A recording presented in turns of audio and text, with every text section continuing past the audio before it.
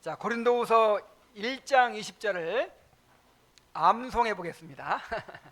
고린도후서 1장 20절 다 암송하셨어요? 자, 다 같이 시작. 하나님의 약속은 얼마든지 그리스도 안에서 예가 되니 그런즉 그로 말미암아 우리가 아멘하여 하나님께 영광을 돌리게 되느니라. 아멘. 아이고 이거 잘 외우는 우리 어린이들도 많네요.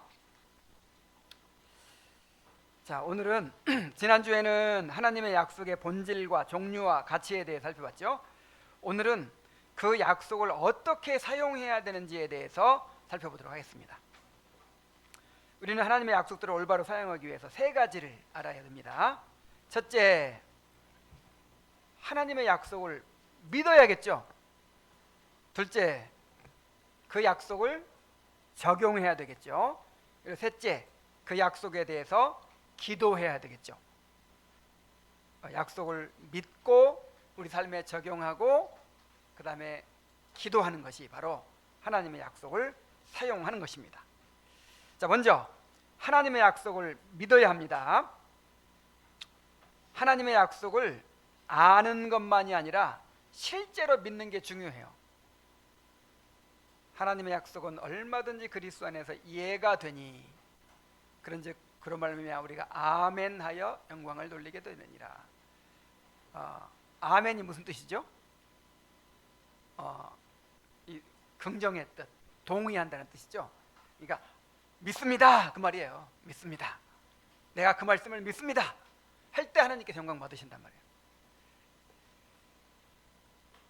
성경이 하나님의 약속으로 충만하다는 것은 알고 있지만 실제로 그 약속들을 믿는 사람은 무척 드물고 이에 대하여 증언할 수 있는 사람도 거의 없습니다. 하나님의 언약의 약속에서 지속적인 위안을 찾은 에레미야의 위로를 아는 자가 별로 없습니다. 자, 에레미야의 위로가 어떤 것이었어요? 에레미야가 3장 22절 23절 이것을 내가 내 마음에 담아 두었더니. 자, 이것이 뭐예요? 하나님의 약속. 지금 에레미야는 엄청난 환난 가운데서 그 약속을 받은 거예요. 내가 너희를 버리지 않겠다. 진노 가운데서라도 너희 내 긍휼히 여기겠다. 심판하지만 긍휼히 여기겠다. 그래서 70년이 지나면 다시 회복시켜 주겠다. 당시에는 이게 불가능한 상황이에요. 그런데 약속밖에 없어. 약속밖에. 그래서 에레미야는 그 약속을 붙드는 거예요. 이것을 내가 어떻게 했더니? 어떻게 했다 그랬어요? 내 마음에 담아두었더니. 자, 하나님의 약속을 마음에 담아두시기 바랍니다. 한 귀로 듣고 한 귀로 흘리지 말고 약속을 들었으면 그걸 어떻게 하라고요? 담아두세요. 담아두기 위한 방법 중에 하나가 암송하고 묵상하는 거예요. 그래서 안 담아두고 그냥 다 잊어버린 사람도 많아 지금. 담아두십시오. 그래서 이걸 다른 말로 마음에 새기라 그랬어요. 이 율법책을 내 입에서 떠나지 말게 하며 그것을 주야로 묵상하여. 아니 그 말씀이 아니네. 너는 이 말씀을 네 마음에 새기고. 내가 새기고. 그걸 주야로 묵상하라고요. 성령의 검이 싹 뺄 때 성령의 검 가지면 야 해야 되는데 녹슬어 가지고 안 빠져.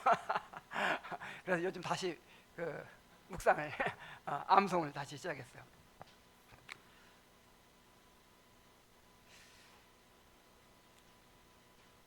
이것을 내가 내 마음에 담아 두었더니 그것이 오히려 나의 소망이 되었사오면 여호와의 인자와 긍휼이 무궁하심으로 우리가 진멸되지 아니함이니이다. 이것들이 아침마다 새로우니 주의 성실하심이 크도소이다. 이야, 참 에레미야 생전에는 나라가 회복되지 않았어요. 그냥 고난만 받던 거예요. 고난만. 바벨론의 침략에 나라가 망하고 그냥. 와, 참 그리고 에레미야는 계속해서 핍박받았잖아요. 붙들 수 있는 게 뭐가 있어요? 약속밖에 없어. 근데 그 약속을 아침마다 묵상해. 아침마다 묵상하니까 여호와의 인자와 긍휼이 너무 큰 거예요. 야, 이 약속 때문에 우리가 참 하나님의 긍휼 때문에 우리가 진멸되지 않는구나. 그래서 아침마다 새로워. 아침마다. 왜 새로워요? 아침마다 묵상하니까 새롭지. 아침마다 그 약속을 다시 되새기고 묵상하니까 아침마다 새로워. 주의 성실하심이 크도소이다. 야, 지금 언약을 지키시는 하나님.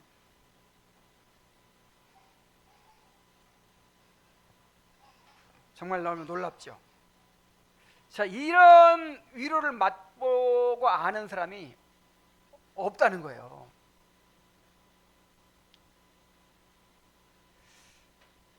아침마다 그 주님의 약속을 다시 되새기고 묵상하면서 그 고난 가운데서도 주의 자비와 긍휼이 부응하시구나.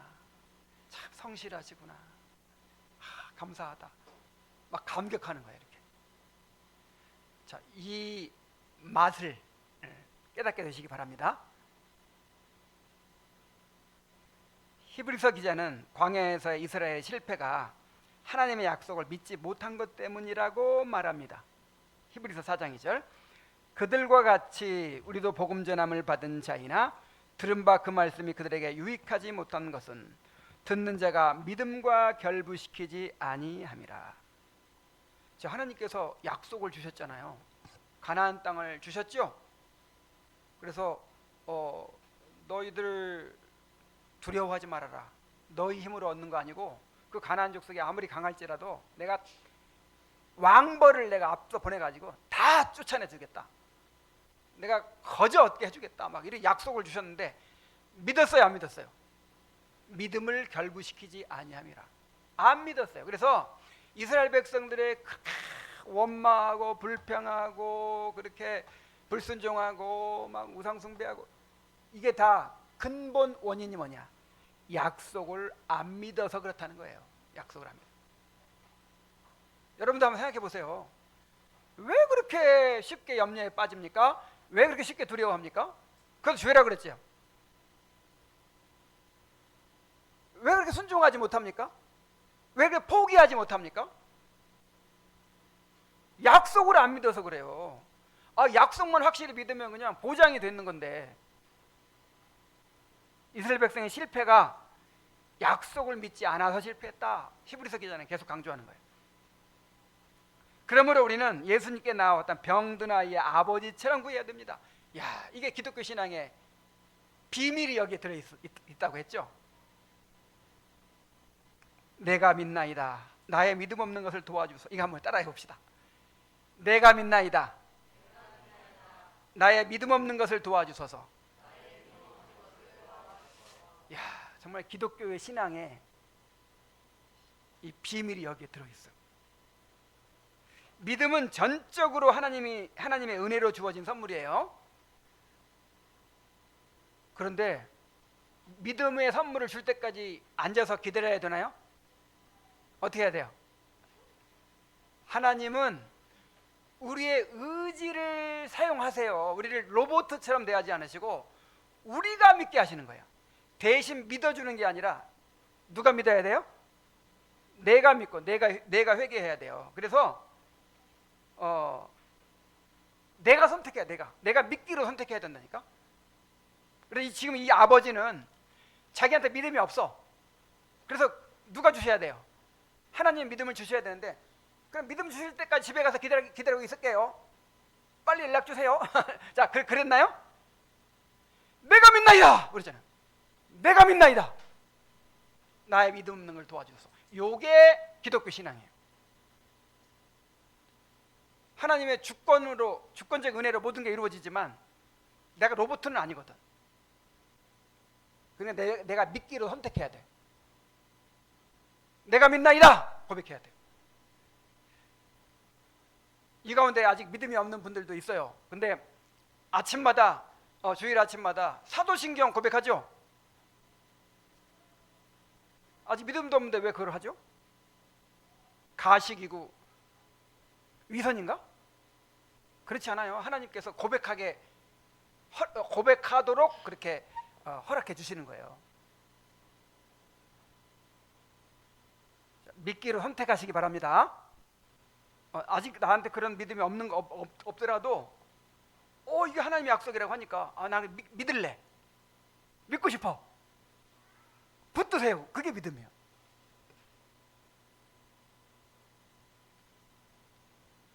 그러면 우리의 고백 가운데서 하나님은 역사하셔서 은혜를 통해 우리의 의지를 새롭게 하시고 그 의지를 사용해서 우리가 주님을 온전히 신뢰하게 하십니다. 약속을 믿는 믿음에는 놀라운 열매가 나타납니다. 앤드루 그리라는 청교도는 약속을 믿는 믿음의 열매에 대해서 다음과 같이 설명했어요. 첫째, 약속을 믿는 것은 죄를 죽이는 어려운 작업에 큰 힘을 얻게 한다. 고린도후서 7장 했죠. 그런즉 사랑하는 자들아, 이 약속을 가진 우리는, 이 약속 구체적으로는 이제 그 언약의 본질적 약속을 말하는 거예요. 너희는 내 백성이 되고 나는 너희 하나님이 되리라. 그 약속. 그 약속을 가진 우리는 하나님을 두려워하는 가운데서 거룩함을 온전히 이루어 육과 영의 온갖 더러운 것에서 자신을 깨끗하게 하자.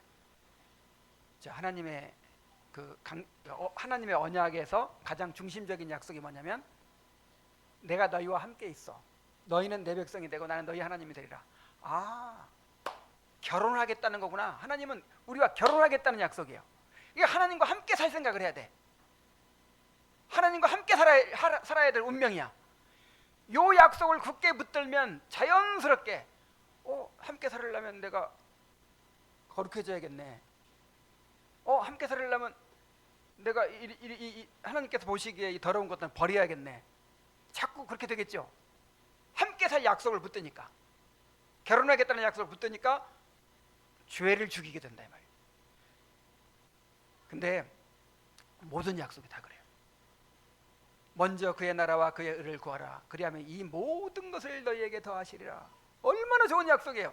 자, 이 모든 것을 다 더해 주실 줄로 믿습니다. 믿어요? 진짜 믿죠? 그 믿음은 어떻게 되냐면요, 그의 나라와 그의 의를 막 구하게 돼. 그의 나라와 그의 의를 구하면 다 더해 주신다고 했으니까 이제 내 육신의 모든 문제는 하나님께 맡기고 하나님께 나에게 원하시는 그 일을 행하는 거예요. 그의 나라와 그의 의를 구하는 거예요. 약속 안 믿으면 그의 나라 그의 의도 안 구해. 그래서 죄를 죽이는 어려운 작업에 힘을 얻게 된다. 두 번째, 하나님의 약속을 믿는 것은 영적이고 거룩한 기도를 수행하는 데 도움이 된다. 이건 지난번에도 했죠. 기도에 힘을 준다 이 말이죠. 기도에. 만군의 여호와 이스라엘 하나님이여 주의 종에게 알게 하여 이르시기를 내가 너를 위하여 집을 세우리라 하셨으므로 주의 종이 이 기도로 주께 간구할 마음이 생겼나이다. 이런 기도를 할 생각도 없었는데 하나님이 내가 너의 집을 세워주겠다 약속해 주시는 거예요. 그러니까 그 약속을 의지해서 이제 기도하는 거죠. 약속을 모르면 기도에 근거가 없으니까 기도가 힘이 없어요. 세 번째, 하나님의 약속을 믿는 것은 영적 황폐와 시험으로 고통받는 그리스도인에게 힘을 줍니다. 시편 119편 81절. 나의 영혼이 주의 구원을 사모하기에 피곤하오나.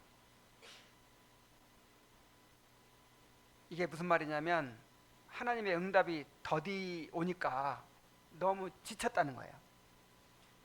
그런데 뭐가 있어요?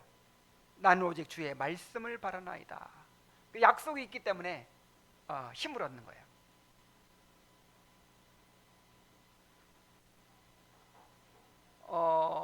한양에 간 이도령이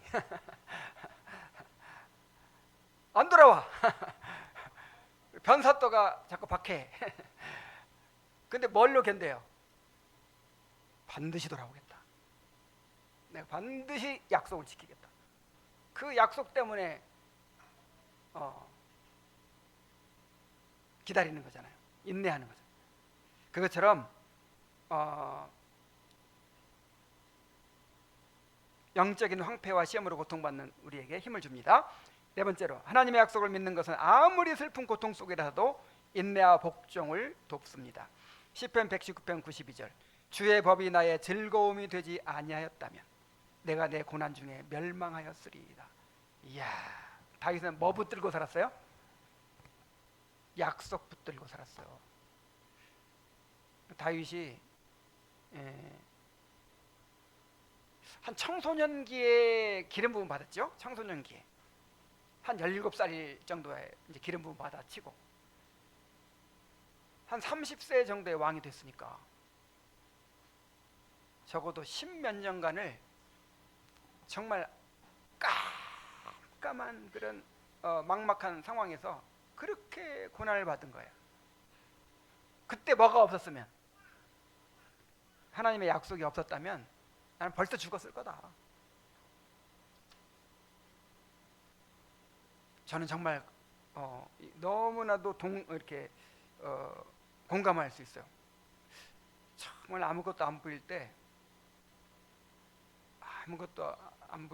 정말 말씀 붙들고 살았어요. 말씀 붙들고. 기도할 수도 없을 때 그 말씀 붙들고 기도했어요. 그리고 이제 그 약속들이 그렇게 위로가 되는 거예요. 그 약속들이 즐거움이 되는 거예요. 성경에서 약속을 하나 발견하면 보물을 얻은 것 같아. 막 너무 즐거운 거예요. 그 다음에 다섯 번째, 하나님의 약속을 믿는 것은 세상과 거리를 두고 이 땅에서 순례자로 살아가도록 돕습니다. 히브리서 11장 13절, 이 사람은 다 믿음을 따라 죽었으며 약속을 받지 못하였으나. 자, 약속을 받지 못하였다는 것은 진짜 약속을 받지 못했다는 게 아니라 약속이 성취받지 못했다 그 뜻이에요. 약속은 받았지. 약속은 받았는데 그 성취받지 못하였으나 그 말이에요. 그들은 멀리서 보고 환영하며 또 땅에서는 외국인과 나그네임을 증언하였으니.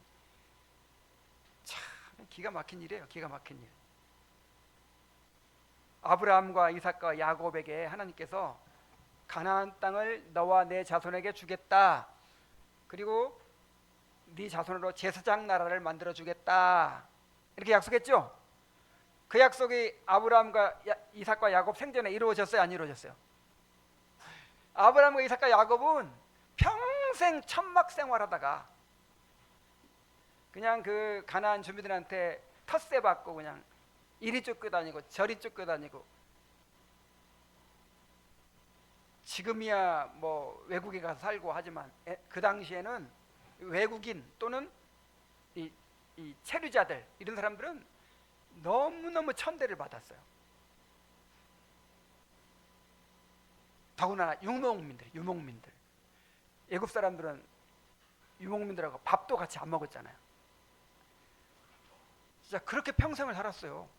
근데 어떻게 했다고요? 멀리서 보고 장차 하나님께서 네 자손을 통하여 천하 만민이 복을 얻으리라고 했으니까 그게 언제 이루어질지 모르겠지만 장차 이루어질 거야 하면서 멀리서 보고 환영했다. 기뻐하고 만족해하고. 뭐가 있었기 때문에 그렇게 할 수 있는 거예요? 약속이 있었기 때문에. 자, 여섯 번째로, 하나님의 약속을 믿는 것은 많은 영적 기쁨과 신적 위로의 어머니로서 그리스도인이 하나님을 찬양하는 데 도움을 줍니다.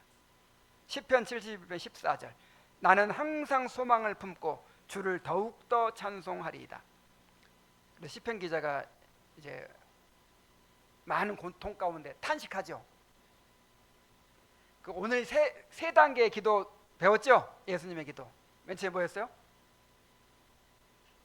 이때를 면하게 하옵소서. 이 잔을 내게서 옮기시옵소서. 그 다음에 내가 이때를 위하여 왔나이다.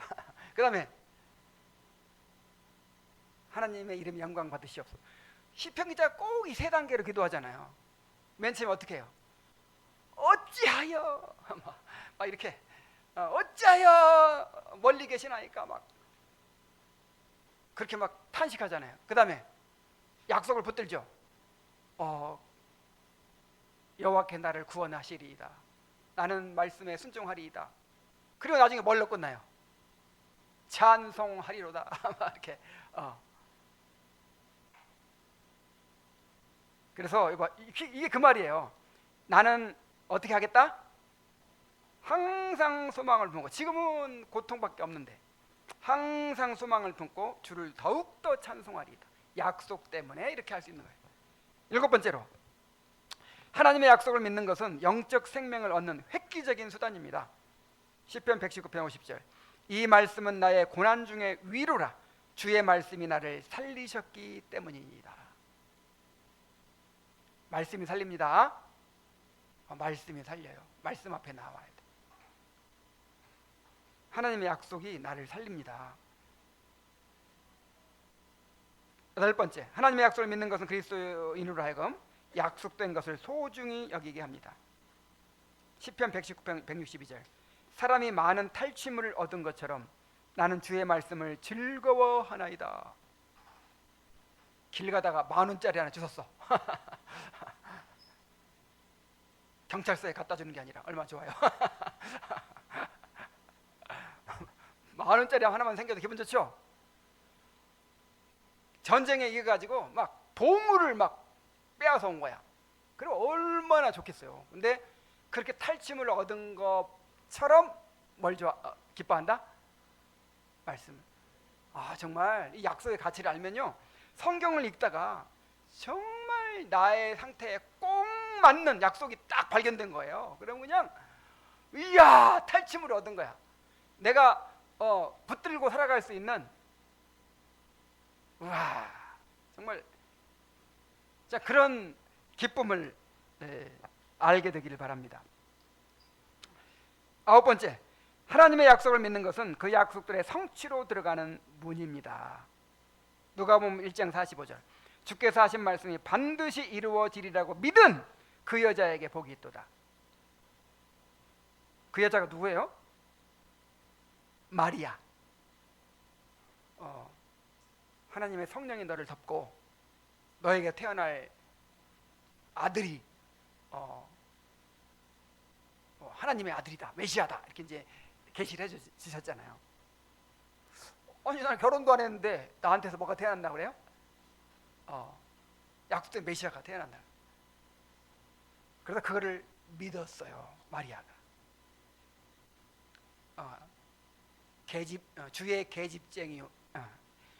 주의 계집종이오니 말씀대로 이루어지이다, 이렇게 받아들였어요. 자, 하나님의 약속은요, 믿고 또 그 믿음대로 살고 순종하고 이런 과정을 통해서 이루어집니다.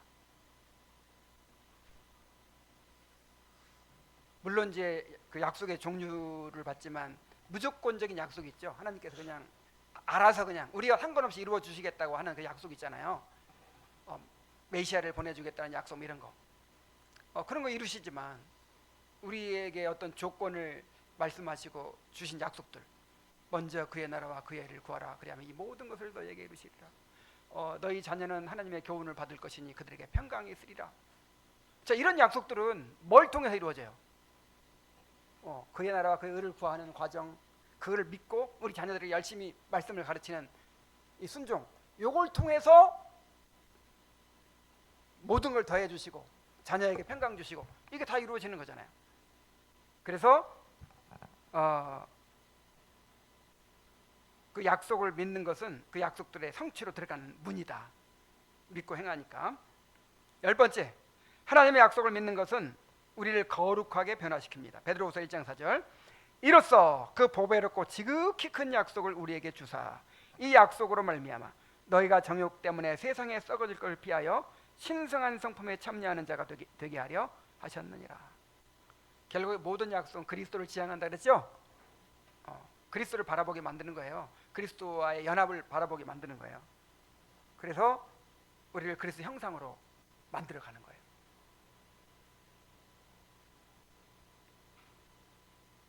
이 청교도들은 하여간 좀 복잡해. 엄청 10가지나. 참 이렇게 약속을 믿는 사람들에게는 큰 유익이 있다, 열매가 있다 그랬어요. 자, 그래서 마귀가 우리를 어떻게 공격할까요? 어떻게든 약속을 못 믿게 만들겠죠. 하나님의 약속이처럼 놀라운 힘이 있기 때문에 마귀는 어떻게든지 하나님의 약속을 믿지 못하게 하려고 방해할 것입니다. 마귀는 하나님의 약속들의 진리를 믿더라도 그 약속을 자기 자신에게 적용시키는 믿음을 갖지 못하게 합니다. 그래, 믿어. 나는 그 말씀 드린다고 믿어. 그냥 객관적으로는 믿어. 객관적으로 믿기까지 해요. 객관적으로. 근데 어떻게 못해요? 주관적으로 나에게 이루어지는 것으로는 믿지 못하게 한다 이 말이죠.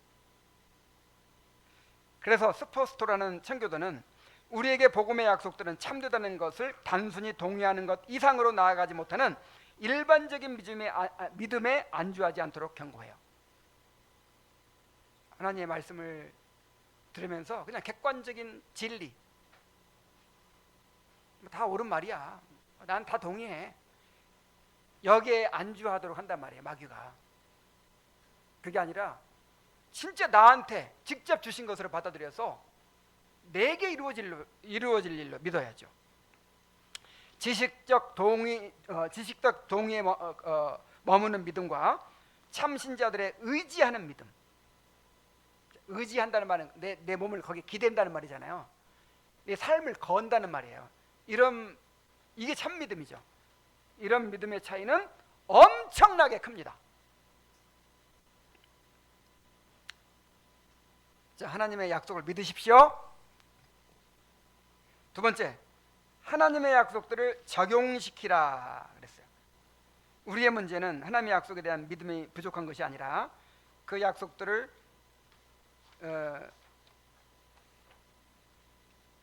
위에 실제로 삶 속에 적용하지 못하는 데 있습니다. 청교도들은 하나님의 약속을 하나님이 서명하신 수표에 비유하곤 했어요. 요즘 수표를 잘 안 쓰죠. 그래서 이제 은행에 돈이 많이 들어있고 거기서 은행에서 수표를 발행해 주거든요. 그러면 이제 그 수표에 적힌 금액대로 쓸 수 있는 거죠. 그런데 수표를 주머니에 넣고만 있다고 해서 배고픔이 해결되지 않아요. 그 수표를 들고 나가서 실제로 사용해야만 나에게 필요한 양식을 얻을 수가 있어요. 이게 적용입니다. 그래서 하나님의 약속을 실제로 우리 삶에 적용시켜야 합니다. 하나님의 약속을 적용시킨다는 것은 우리가 하나님의 약속들이 우리 삶에서 실현되기를 게으르게 앉아 기다리지 않고 하나님의 약속들을 실제적으로 의지해야 한다는 것입니다. 거기 그 약속의 삶을 걸고 살아야 한다는 거예요.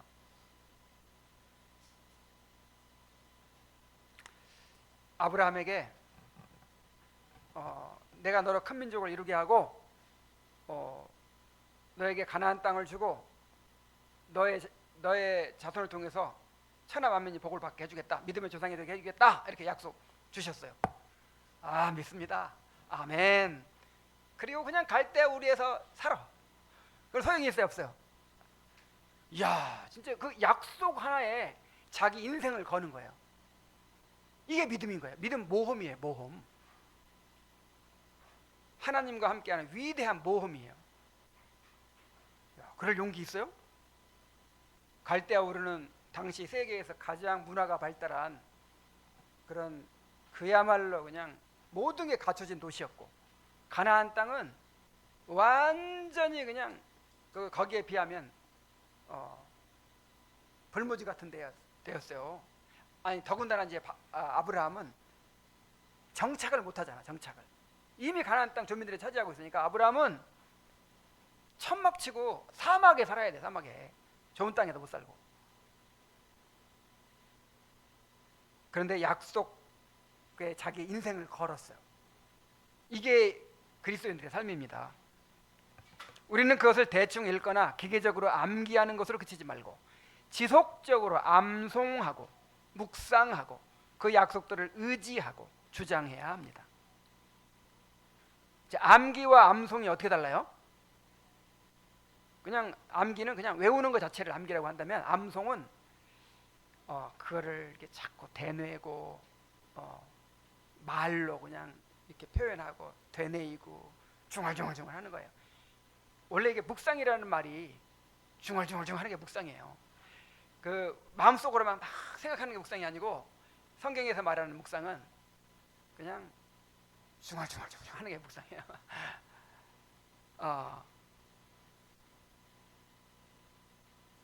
그래서 스포스터는 특정 약속에 대한 묵상은 밤하늘을 바라보는 것과 같다 그랬어요. 자, 잘 들어보세요. 적용에 대해 말한다면 그리스도는 처음에 하나님의 약속에 대해 자신의 생각에 시선을 둘 때 그들을 비추는 빛과 위로는 종종 두려움이나 어둠을 몰아내지 못하는 약하고 불완전한 광선처럼 보입니다. 그러니까 약속을 주장한다고 해서 갑자기 믿음이 탁 생겨나는 게 아니란 말이에요.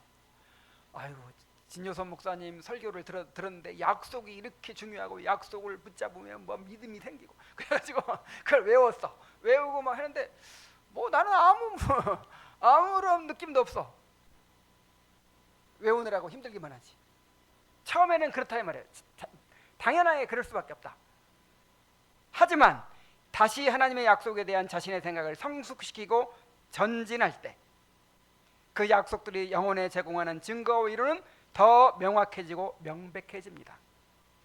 점점 그걸 다시 한번 되뇌이고 다시 묵상하고 할 때 점점 명확해지고 명백해진다는 거예요. 그러나 마음과 감정이 충분히 약속을 묵상하는데 고정되면 더 깊이 이제 그거를 계속 묵상하면 믿음의 눈에는 그 약속이 얼마나 밝게 비칠까. 그때 신자는 영혼을 황홀하게 하고 즐거움으로 채우는 무수한 아름다움이 약속의 모든 면에서 나타날 것입니다. 그래서 이거를 밤하늘을 바라보는 것 같다 그랬어. 이 밤하늘을 이렇게 처음에 한번 딱 바라보면 별 몇 개 보여요. 그냥 대충 몇 개 보여. 근데 다시 한번 자세히 보면 저 북두 칠성 있네. 저기 이렇게 좀 더 많이 보여. 다시 한번 더 자세하게 계속 살피면 그래도 생각보다 안 보이던 것들이 막 보이는 거야. 아리스토텔레스가 다시 해보니까 2천 몇백 개가 보이더래. 2,300개가 보이더래. 그래서 밤하늘의 별을 보듯이 그렇게 한번 딱 보고 말지 말고 다시 한번 더 자세하게 보고 또 더 깊이 보고 그래가지고 그 약속이 주는 그 충만한 은혜를 경험하게 되기를 바랍니다. 자, 이렇게 적용해야 되고 그 다음에 세 번째로 제일 중요한 게 그 약속을 기도하는 거예요. 하나님의 약속들을 기도하는 것은 약속들을 올바르게 사용하는 일에서 매우 중요한 요소입니다. 우리가 아무리 하나님의 약속을 믿고 적용하려 해도 우리에게 변화가 없는 것을 발견하곤 합니다. 고린도서 7장 5절에 우리 육체가 편하지 못하고 사방으로 환난을 당하여 밖으로는 다투며 안으로는 두려움이었노라. 이런 때가 있죠 정말. 이런 공경 속에서 강력한 위로의 수단이 우리에게 여전히 있습니다. 이 수단은 곧 기도입니다. 그러니까 말씀을 들어도 다 좋은 말이지 뭐 말씀을 들어도 다 좋은 말이고 그냥 그럴싸하고 그냥 근데 내 마음 편치 못해. 그럴 때 뭐 하라고? 기도하라. 그럴 때 기도하는 거예요.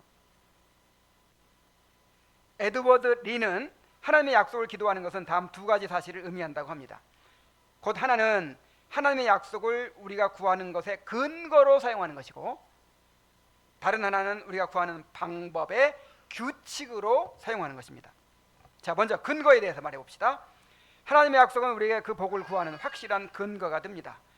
자, 그리라는 청교도는 구하기 전에 우리가 구하는 것을 확인하고 어떤 약속과 서약을 우리의 것으로 삼아야 한다고 말합니다. 근거가 없으면 우리는 응답에 대한 희망이 없다는 것입니다. 자, 신념과 세상 사람들이 말하는 신념과 우리가 말하는 신앙이 어떤 차이가 있죠? 신념, 나는 된다고 믿어. 나는 반드시 이루어진다고 믿어.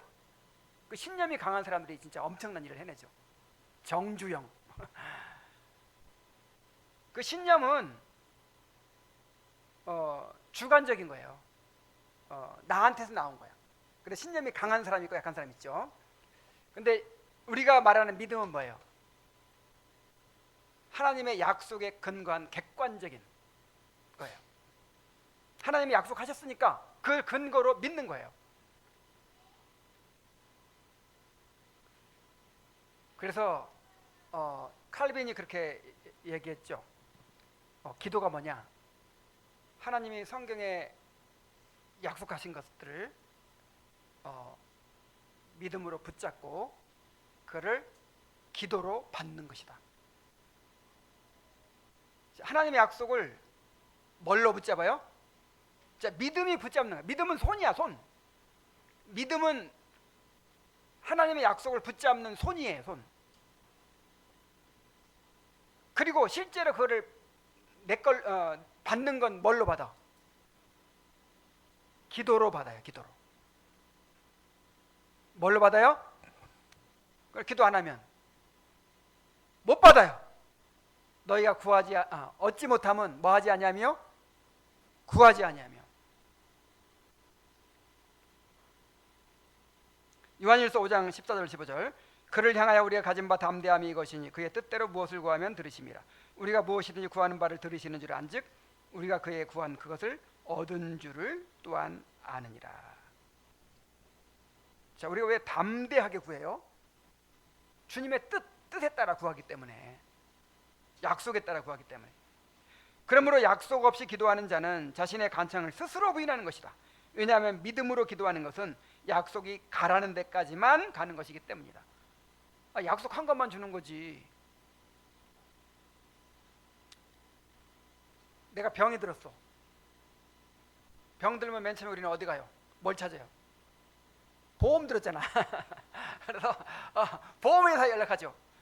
근데 보험회사에서 요구하는 거 다 줍니까? 이거 그 암까지만 되고 이거 암 말고 뭐가 있지? 위암까지만 되고 대장암은 약속이 안 돼 있네요. 안 줘. 약속된 것만 정확하게 줘요.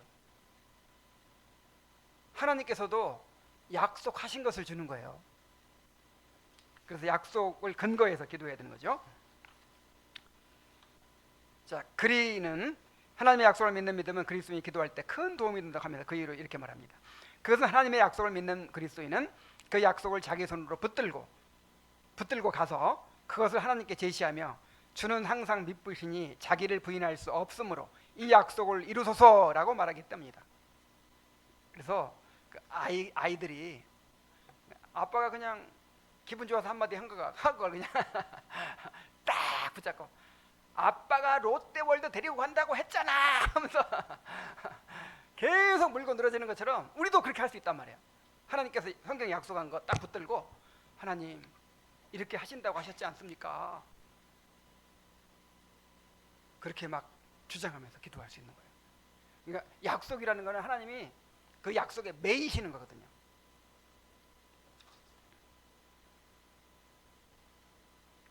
자, 성경의 위인들은 항상 약속을 의지하면서 기도했어요. 자, 한번 보세요.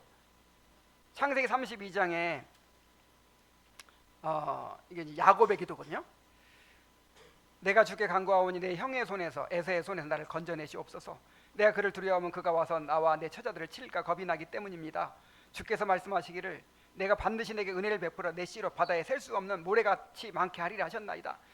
자, 야곱이 하나님께 구할 면목이 있어요, 없어요? 낯짝이라고 할 뻔했네.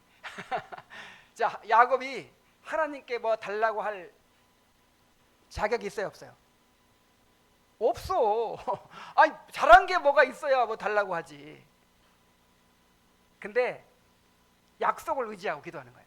하나님께서 꿈에 나타나셔가지고 내 자손으로 바다모래같이 많게 해주신다고 하지 않으셨습니까? 그러니까 지금 에서한테서 나를 건져주옵소서 이렇게 기도하잖아요. 또 다니엘서 9장 2절 3절 곧 그 통치 원년에 나 다니엘의 책을 통해 여호와께서 말씀으로 선지자 에레미야에게 알려주신 그 연수를 깨달았나니 곧 예루살렘이 황폐하며 70년 만에 그치리라 하신 것이니라. 내가 금식하며 베옷을 입고 죄를 덮어쓰고 주 하나님께 기도하여 간구하기를 결심하고. 약속. 약속이 생겼어. 이제 기도할 뭐 근거가 생긴 거야. 그래서 그냥 목숨 걸고 기도한 거예요. 사무엘하 7장 28절 29절. 주 여호와여 주는 하나님이시며 주의 말씀들이 참되시니이다. 주께서 이 좋은 것을 주의 종에게 말씀하셨사오니 이제 청하건대 종의 집에 복을 주사 주 앞에 영원히 있게 하옵소서. 주 여호와께서 말씀하셨사오니 주의 종의 집이 영원히 복을 받게 하옵소서. 누가 말씀하셨사오니? 주 여호와께서 말씀하셨사. 그래서 성경의 기도들을 감아보면 전부 다 약속을 근거로 기도해요. 자, 그렇다면 특정한 일을 이루어 주겠다는 약속이 없을 때는 우리가 원하는 것을 믿음으로 기도할 수 없습니까? 이런 경우는 어떻게 하나요? 이번 시험에 임용 시험에 합격하게 주겠다. 창세기 3장 몇 절 이렇게 다 나와 있으면 아이고 이 약속 붙들어 기도하는데 아니 시험에 붙게 해주실지 떨어지게 해주실지 어떻게 알아? 이런 경우에는 그럼 어떻게 하냐 이 말이죠. 그때도 믿음으로 기도해야 돼요. 뭘로? 그때는 어떤 믿음이냐면, 자, 여기서 약속이 없는 게 아니야. 간접적으로 다 약속이 있는 거예요. 에드워드 리는 우리가 내세울 약속을 갖고 있든 갖고 있지 않든 믿음은 우리의 신뢰와 복종을 포함한다는 사실을 상기하고 하나님의 선하심과 지혜로 돌아가야 한다고 말합니다. 즉 어떤 일이 특별한 일이 일어날 것에 대해 믿음이 요구되는 것이 아니라, 이 믿음을 이렇게 오해하면 안 돼요. 이번에 합격할 줄로 믿습니다. 의심하면 못 받는다 그랬으니까 의심 떨쳐내려고 막 고개를 막 흔들어가면서 믿습니다. 그래 떨어지면 아이고 내가 의심해서 떨어졌나 봐. 막 이렇게. 요거 믿음 아니에요. 그 결과를 하나님이 약속해 주셨어요? 특정한 결과는 약속 안 해주셨잖아. 내가 네 병을 확실히 고쳐주겠다 그랬어요? 그런 거 아니잖아요. 그래도 고쳐달라고 기도해야죠. 믿음으로 기도해야죠. 그때의 믿음은 어떤 믿음이냐? 하나님이 내게 가장 좋은 일, 곧 이 특별한 경우에 하나님 자신의 영광과 나의 유익에 가장 좋은 일을 행하실 준비가 되어 있다는 것에 대한 믿음이 요구된다 이 말이에요. 내가 성경에 그런 말씀 있죠? 하나님을 사랑하는 자 그 뜻대로 부르심을 입은 자들에게는 모든 것이 합력하여 뭘 이루느니라? 선을 이루느니라. 그래서 이 일도 그리고 하나님께 달려있다. 높이고 낮추는 일이 하나님께 달려있다. 뭐 이런 말씀들이 있잖아요. 그러니까 이 말씀에 대한 믿음이지. 그래서 붙게 하시든 떨어지게 하시든 하나님의 영광과 나의 유익을 위하여 행하실 것이다 라는 믿음을 가지고 기도하라 이 말이에요. 그런 믿음을 가지고 붙게 해주시옵소서 이렇게 기도하세요. 그러므로 우리가 계속 믿음으로 기도할 수 있으려면 그 일이 그대로 이루어질 것에 대한 믿음이 아니라 복종의 믿음을 갖고 기도해야 됩니다. 우리 한번 따라해 봅시다. 신뢰와 복종. 자, 기억하세요. 구체적으로 뭔가 이렇게 딱 뭐 특정한 문제에 대해서는 약속이 없기 때문에 신뢰와 복종의 마음으로 기도하는 거예요. 하나님이 결과를 주관하실 거다. 합력하여 선을 이루실 거다. 그리고 어떤 결과가 오든지 어떻게 한다? 복종한다. 받아들인다. 신뢰와 복종의 마음으로 기도하는 겁니다. 그 다음에 만일 하나님의 약속이 주어져 있다면 실제로 딱 주어져 있는 것도 있어요. 어떤 게 있지?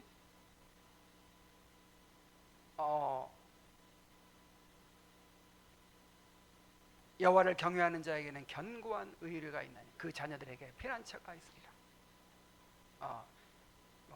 나의 하나님이 그리스도 예수 안에서 영광 가운데 그 풍성한 너희 모든 쓸 것을 채우시리라. 여기서 또 오해하면 안 돼. 욕심을 채우시리라 그러지 않고 뭐라 그랬어요? 쓸 것을 필요를 채우시리라 그랬어요. 분명히 그 구체적인 약속이 있잖아요. 자, 무조건적으로 약속된 것은 무조건적으로 응답될 것입니다. 이때 우리는 하나님께서 자신의 지혜로 정하신 시간과 방법에 따라서 약속하신 것을 반드시 이루어 주실 것을 진정으로 확신해야 합니다. 그러나 주님께서 약속의 조건을 두셨을 때는 그 약속이 요구하는 조건에 따라 순종하면서 기도해야 합니다. 이러한 조건은 하나님의 영광과 우리의 유익을 위해 정하신 삶의 법칙입니다. 이 모든 거 다 더해 주시려면 그냥 더해 주시지. 뭐 먼저 그의 나라와 의를 구할 때 주신다고 그래. 그 조건 없이 그냥 다 더해 주시지. 조건 있는 게 좋아요, 없는 게 좋아요? 네? 있는 게 좋아요, 없는 게 좋아요? 없으면 우리 망해요. 야, 너희들 어떻게 살든지 내가 너희가 원하는 거 다 들어줄게. 그러면 우리가 어떻게 되겠어요? 우리는 망해요. 멸망해요. 죄 가운데 멸망해요. 그래서 우리에게 최고의 축복이 되려면 어떻게 할 때 줘야 돼? 먼저 그의 나라와 그의 의를 구하도록 만들어서 그에 따르는 부수적으로 복으로 줘야 돼. 이게 우리를 위한 하나님의 섭리예요. 이게 삶의 법칙이에요.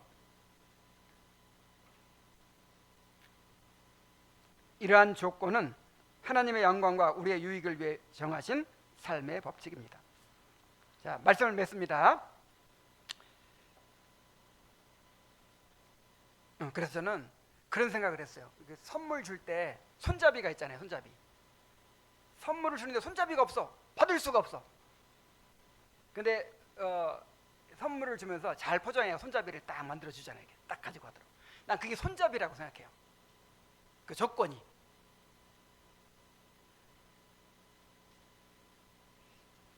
말씀을 맺겠습니다. 청교도들은 그 손에 하나님의 약속을 가지고 그 마음에 성령을 모신 자는 모든 것을 가진 자라고 했습니다. 이야, 너무 멋진 말 아니에요? 뭘 가지고? 그 손에 하나님의 약속을 가지고, 그 다음에 그 마음에 성령을 모신 자는 모든 걸 가진 자. 제가 학개서 2장 5절인가 한번 찾아보세요. 학개서 2장 5절. 많이 녹슬었어요, 제가. 만약에 아니면 그냥 넘어갈 거고. 이야, 찾았어요. 진짜 내가 이런 말씀 정말 이 보배처럼 여기는 약속의 말씀이에요. 한번 다 같이 읽어봅시다. 시작. 너희가 애굽에서 나올 때 내가 너희가 언약한 말과 나의 영이 계속하여 너희 가운데 머물러 있나니 너희는 두려워하지 말지. 바벨론의 페르시아에서 이제 사람들이 돌아와서 성전을 건축하는데 너무 어려움이 많은 거예요. 성전 건축하다가 중단했어. 중단해가지고 막 15년이 지나버렸어. 이제는 성전 건축할 생각도 못하고 다 포기야, 포기. 아무리 생각해도 이건 불가능한 일이고 나라가 회복된다는 건 기대할 수도 없는 일이에요. 다 낙심하고 실망하고 그냥 자기 집 지는데 열심히 하는 거예요. 이제 성전 건축의 꿈도 잊어버리고 성벽 재건의 꿈도 버리고 사명도 버리고 그냥 내 집이나 세우고 내 자식들이나 잘 가르치겠다 이러고 사는 거예요. 그냥 세상 사람처럼. 그때 학개 선지자를 통해서 이런 말씀을 주신 거예요. 너희가 애굽에서 나올 때 내가 너희와 언약한 말, 언약의 약속이 있죠. 그리고 나의 영, 성령이 계속해서 너희 가운데 머물러 있나니 너희는 어떻게 하지 말아라? 두려워하지 말아라. 이 외적인 환경만 보고 상황 보고 쉽게 포기하지 말고 쉽게 낙심하지 말아라. 너희들 지금 오합지졸 같이 보이고 완전히 실패하고 무너진 것처럼 보이지만 뭐가 있다? 하나님의 언약이 있고 성령이 계시다. 이 두 가지만 있으면 모든 것을 가진 것이다. 아멘. 여러분 혹시 사업이 망하든지 아니면 무슨 건강을 잃든지 아니면 뭔가 좌절되든지 그런 순간에 이 말씀 기억하세요. 우리가 이 세상에서 아무리 망해도 뭐가 있어요? 우리 안에 하나님의 언약이 있고 성령이 계시면 우리는 모든 것을 가진 거예요. 모든 것을.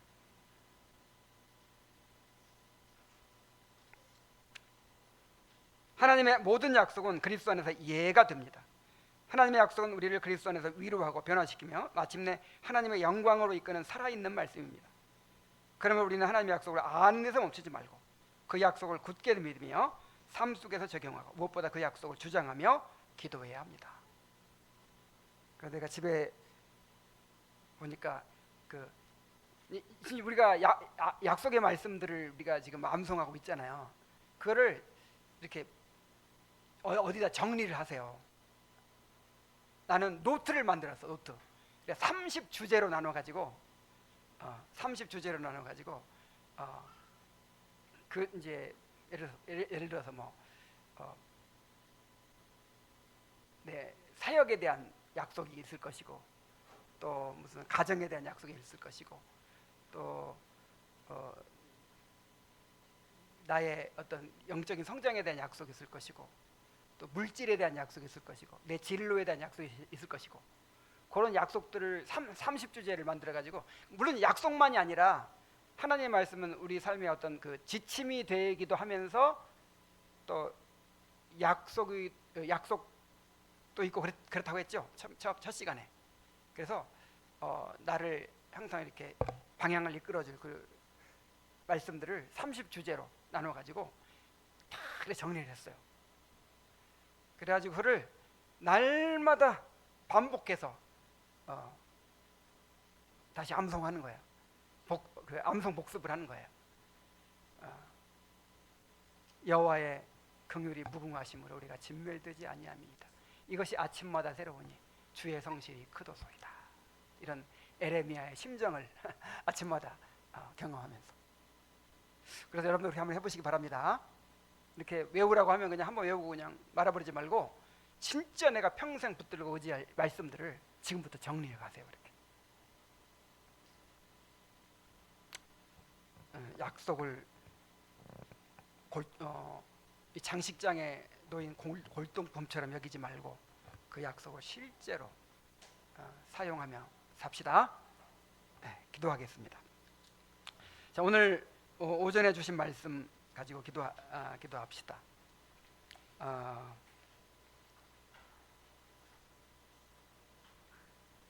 우리에게 십자가를 주신 이유가 있죠. 정말